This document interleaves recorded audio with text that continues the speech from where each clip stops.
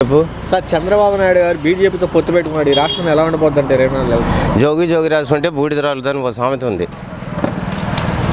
అలాగే పొత్తులు పెట్టుకోవడం అనేది సహజం. ఎందుకు పెట్టుకుంటారంటే ఎదుటివాడు బలవంతుడు అయినప్పుడు, ఆయన మనం ఢీ కొట్టలేమన్నప్పుడు ఇద్దరు కలిసి ఢీ కొట్టడం కోసం చేస్తున్నారు తప్ప, ఒకవేళ ఇన్ కేసు ఢీ కొట్టిన తర్వాత గెలిస్తే నా క్రెడిట్ అంటాడు చంద్రబాబు గారు. అది ఆయన నైజం. ఇది పరిస్థితి.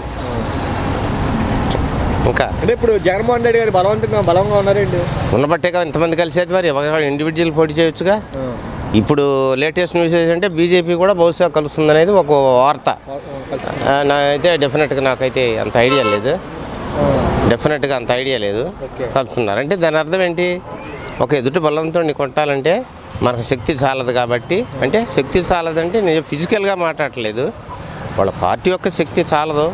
ఆయన బలంగా ఉన్నాడు రాష్ట్రంలో. ఆయన ఒక సంక్షేమ పథకాలు కానివ్వండి, ఆయన చేసే విధానం కానివ్వండి, కాస్త బలంగా ఉన్నాడు కాబట్టి ఈయన కొట్టాలంటే మనం 4-5 కలిస్తే కానీ అనేది ఓ బేస్ పెట్టుకొని చేస్తున్నారు. అలా కాకుండా ఎవరికి వాళ్ళు మేము చేస్తాం, మేము ఇది. అంటే ఈ రాష్ట్రంలో అభివృద్ధి చెందాలంటే కేంద్ర సహకారం కావాలని చెప్పంటున్నాడు చంద్రబాబు నాయుడు. కేంద్ర సహకారం కావాలి అంటే మమతా బెనర్జీ ఉంది, కేంద్ర సహకారం లేదు. పశ్చిమ బెంగాల్ ఆమె పాలించట్లేదా? ఉన్నారు, ఎందుకు లేదు? కాకపోతే నీ పాలన నువ్వు సక్రమంగా చేసుకుంటే ఆటోమేటిక్గా ఆ సహకారం అనేది అన్నీ ఆటోమేటిక్గా రావడానికి అవకాశం ఉంది. సార్ జనసేన టీడీపీ కాకుండా ఇప్పుడు బీజేపీతో కూడా పొత్తు పెట్టుకోవడం జరిగింది. ఢిల్లీలో ఎలా చూస్తారు సార్? ఇప్పుడు 24 సీట్ల కోసం పవన్ కళ్యాణ్ ప్రత్యేకంగా వెళ్ళి పొత్తు పెట్టుకోకర్లా. ఎందుకంటే ఆయనకి రాష్ట్రం అంతా అభిమానులు ఉన్నారు. 24 సీట్లు రావా? ఆయన 50 సీట్లు పోటీ చేసినా ఒక కనీసం 10-5 అప్పుడు రాకపోవచ్చు, ఇప్పుడైనా వస్తాయి కదా. మరి ఆయనకి ఏంటంటే నమ్మకం లేదు సింగిల్ గవర్నమెంట్ రాదని. తర్వాత వచ్చి ఆయనకన్నా సీనియర్లు ముద్దగడ పద్మనాభం ఉన్నారు, ఐరామ జోగ గారు ఉన్నారు. వాళ్ళని అనేది పక్కన పెట్టేశాడు. వాళ్ళు చాలా సీనియర్లు, వాళ్ళ సలహాలు తీసుకోవట్లా, ఆయన సొంతగా వెళ్తున్నాడు. మరి ఈయన విధానం కూడా ఏంటంటే సింగిల్గా అనేది కష్టమే. అందుకనే ఆడు టీడీపీ కలుపుకున్నాడు, బీజేపీ కలుపుకున్నారు. ఇవన్నీ కలుపుకున్నా కూడా ఏంటంటే అక్కడ వచ్చేది కూడా జగన్ గవర్నమెంట్. అంటే ఇప్పుడు బీజేపీని కలుపుకోవడానికి ప్రధాన కారణం ఏంటంటారు? గతంలో అదే బీజేపీని అదే అంటే ఏంటంటే ఇప్పుడు ఒకళ్ళిద్దరు వాళ్ళు అవ్వట్ల, 3 పార్టీలు కలిసినా ముగ్గురు మీద తల కొన్ని సీట్లు వచ్చినా గవర్నమెంట్ ఫామ్ చేయగలమేమో ధైర్యంతో వాళ్ళు అలా ముగ్గురు రావడం జరుగుతుంది. ఈ జగన్ గారు ఏంటంటే ఆయన కూడా తీసుకోవట్లేదు, మొదటి నుంచి కూడా ఆయన అలాగే వస్తున్నారు, సింగిల్గానే, పొత్తు అనేది లేకుండా సింగిల్గా వస్తున్నారు. అలాగే స్టార్టింగే 50 సీట్లు గెలిచాడు ఆయన, తర్వాత గవర్నమెంట్ ఫామ్ చేశాడు. ఇప్పుడు థర్డ్ టైం కూడా ఆయనే రావచ్చు. ఇప్పుడు ఈ రాష్ట్రంలో కేంద్రం సహకారం కావాలి, ఈ రాష్ట్రాన్ని పరిపాలించాలని చెప్పి అంటున్నాడు చంద్రబాబు నాయుడు. కేంద్ర సహకారం కావాలంటే ఇప్పుడు కేంద్రంలో ఏ గవర్నమెంట్ ఉన్నా కూడా రాష్ట్ర ప్రభుత్వాలు దానికి అనుబంధంగానే పనిచేయాలి. ఎందుకంటే మెయిన్ కేంద్రం నుంచే కాబట్టి కొన్ని నిధులు కూడా వచ్చేది వాళ్ళకి అనుకూలంగానే రాష్ట్ర ప్రభుత్వాలు కూడా ఉంటాయి, ఏ గవర్నమెంట్ వచ్చినా కూడా. రాబోయే రోజులు ఎలా ఉంటుంది? రాబోయే రోజుల్లో కూడా ముందుకున్న గవర్నమెంటే ఉంటుంది. ఎందుకంటే చెప్పినట్టు పథకాలన్నీ సక్రమంగా అందుతున్నాయి. మా ఇంట్లోనే అందుతుంది సంవత్సరానికి 15,000. ఇప్పుడు ఆయన చెప్పాడు, మీరు అన్నట్టు ఎన్నో పేజీలు ఇచ్చాడు మేనిఫెస్టో. బాబు వస్తే జాబ్ గ్యారంటీ అన్నాడు, నిరుద్యోగ భృతి అన్నాడు, ఏమీ లేదు.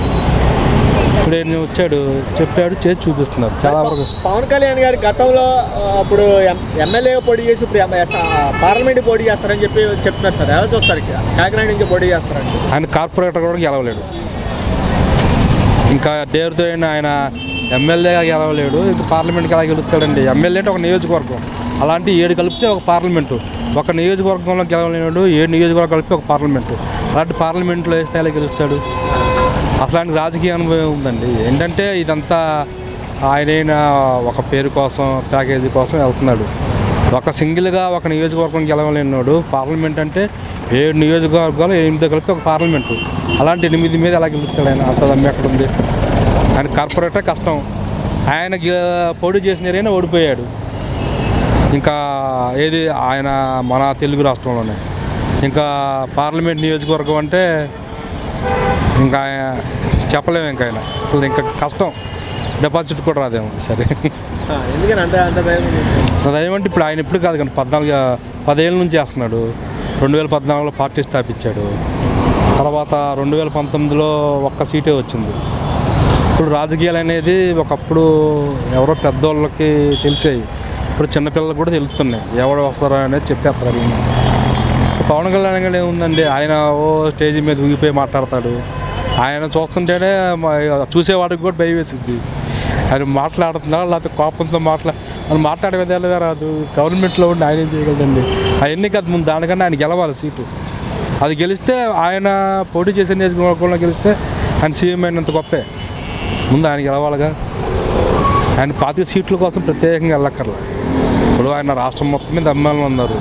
పాన్ ఇండియా సినిమాలు అంటారు. మరి అంతా క్రేజ్ ఉన్నప్పుడు ఒక 24 నియోజకవర్గాల దానికోసం ప్రత్యేకంగా పట్టణకి వెళ్ళాలి అవసరమే ఉంది? అవసరం లేదు. ఆయన సొంత జనాలే ఉందండి. మీరు ఇప్పుడు సినిమాలో గ్రాఫిక్ చూపించట్లే, ఇక్కడ నుంచి అక్కడ దూగుతాడు గదిలో నుంచి. మనం నిజ జీవితంలో చేయలేము. అట్లా గ్రాఫిక్ ఏముంది, మొత్తం కలిపి గ్రాఫిక్ చేసి చూపిస్తాడు. దాన్ని ఉందండి గ్రాఫిక్స్ మా అంతా ఇప్పుడు అది చూపించడం ఏముంది. మీరే చూసుంటారు పేపర్లో కూడా, ఒక చోట ఉన్న జనాభా 4-5 చోట్ల కలిపి పెట్టి కూడా చూపిస్తారు పేపర్లో కూడా. అదే ఉంది, గ్రాఫిక్స్ కూడా చేయొచ్చు. ఆయన సభలకు వచ్చే వాళ్ళు కూడా అదంతా కూడా నిజమైన వాళ్ళు కాదు, ఫ్యాన్సే వస్తారు. అంటే గతంలో జనసేన టీడీపీ ఉంది, మళ్ళీ ఇప్పుడు బీజేపీ కలుపుకుంది. ఎంతవరకు పడే అవకాశం ఉందంటారు? అదేనండి ఇప్పుడు ఏంటంటే సార్, ఇప్పుడు గతంలో టీడీపీ జనసేన ఉంది, ఇప్పుడు బీజేపీతో కూడా పొత్తు ఖరారైపోయింది. ఎలా చూస్తారు సార్ ఈ పరిణామం? ఇప్పుడు అన్ని పార్టీలు జత కడుతున్నాయి, కానీ ఇప్పుడు బీజేపీ జత కట్టిన తర్వాత అనూహ్యంగా ఓటర్స్ మార్పులు జరుగుతున్నాయి. కారణం ఏంటంటే సానుభూతి పెరుగుతుంది జగన్ మీద. కారణం తండ్రి లేనివాడు అప్పుడు ఒక్కడయ్యాడు, అందరూ కలిసి ఒకటైనప్పుడు ఆయన మీద సానుభూతి పెరిగింది. అత్యధికంగా మెజార్టీతో 151 సీట్లతో భారీ మెజార్టీతో గెలిపించారు. ఇప్పుడు కూడా అదే అవుతుంది. కారణం ఏంటంటే బీజేపీకి వ్యతిరేకమైనటువంటి వర్గాలన్నీ కూడా జగన్ వైపు ఇప్పుడు వరకు అయితే ఒక 60%, 70% క్యాల్కులేట్ చేసుకున్నారు. ముస్లిమ్స్ ఓట్లు కానీ, క్రైస్తవుల ఓట్లు కానీ, ఎస్సీల ఓట్లు కానీ, అలాగే బీసీల ఓట్లు కానీ. ఇప్పుడు 100% 100 వచ్చే అవకాశంలాగా కనిపిస్తుంది. మరి రాబోయే కాలంలో ఏం జరుగుతుందో చూద్దాం. చెప్పు పోనీ, నీ ఇష్టమే చేస్తున్నావయ్యా. ఇప్పుడు నా ఇష్టమే, నేను కూర్చున్నా ఇక్కడ, నువ్వు పట్టుకుంటే కూర్చుంటానా? కాబట్టి నవరత్నాలు అనేది అతను అమలు జరుగుతున్నాడు. ఎవరికోడికి వస్తుంది, అతనే మళ్ళీ వస్తే కొంతవరకు మెరుగు జరుగుద్ది అంతే. చంద్రబాబు నాయుడు వచ్చినా మన వాలంటీర్ కొనసాగిస్తానంటున్నాడుగా అంటున్నా. మరి అదే చెప్పేది మేము అదే చెబుతున్నాం. మరి ఇప్పుడు ఎక్కడి నుంచి ఇస్తాడు? 50 ఏళ్ళకి 4,000 పెన్షన్ ఇస్తాడు. ముసలోడు బాగానే ఉంది, 50 ఏళ్ళకి ఇచ్చేస్తాడు పెన్షన్. జగన్మోహన్ రెడ్డి గారు ఒక సిస్టంగా పరిపాలిస్తున్నాడు. పరిపాలన ఇవ్వండి కొన్నాళ్ళు ఆయన్ని, పరిపాలన మంచిది. ఇప్పుడు చంద్రబాబు నాయుడు కూడా అనుభజ్ఞుడే, కానీ ఇన్ని స్కీములు పెట్టలేదు కదా ఆయన, ఈయనే పెట్టాడు. నాకు రాలేదంటే అది వేరే విషయం. ఆ ఉన్న రెస్ట్రిక్షన్స్, ఆ రూల్స్ రెగ్యులేషన్ వల్ల రాలా. సార్, ఈరోజు చంద్రబాబు నాయుడు ఢిల్లీ వెళ్ళి పొత్తు ఖరారు చేసుకుని రావడం జరిగింది. ఎలా చూస్తారు ఈ పరిణామాన్ని? సో చంద్రబాబు నాయుడు గారి గురించి మనం ఫస్ట్ నుంచి చూస్తూనే ఉన్నాము. సో అది పొత్తు లేకుండా ఎప్పుడు కూడా రావడం అనేది జరగలేదు. సో దాన్ని బట్టి చూస్తే ఆయన ఎప్పుడు కూడా ఈ విధానం అనేది చూస్తూ ఉన్నాము. అయితే ప్రస్తుత కాలంలో ప్రభుత్వం ఇచ్చేటటువంటి సంక్షేమం కానీ, సో ప్రభుత్వ స్కూల్స్ విధానం కానీ, ఆరోగ్య విషయాల్లో కానీ అన్నీ చూస్తే ప్రస్తుత గవర్నమెంట్ బాగుంది. సో అలా వచ్చినా సరే అది ప్రజల్లో ఒక విధానం అనేది వస్తుంది. అంటే పొత్తులు లేకుండా వస్తే కనుక వీళ్ళు ఓడిపోతారనే బలహీనత అనేది కనపడుతుంది. కాబట్టి ఖచ్చితంగా అది వాళ్ళకి మైనస్ అవుతుంది. ఓకే, అంటే ఇప్పుడు పొత్తుతో వస్తున్నారు అంటే ఈ రాష్ట్రానికి కేంద్ర సహకారం చాలా అవసరం అని చెప్పి చంద్రబాబు నాయుడు చెప్పడం జరుగుతుంది. ఎలా చూస్తారు? సో కేంద్రం అనేది ఎప్పుడైనా సరే ఏ ప్రభుత్వం ఉంటే ఆ ప్రభుత్వంతో వాళ్ళు మంత్రాలు జరుపుకుని వాళ్ళకి కావాల్సినటువంటి విషయాలు, వాళ్ళకి కావాల్సినటువంటి సహకారం తీసుకుంటుంది.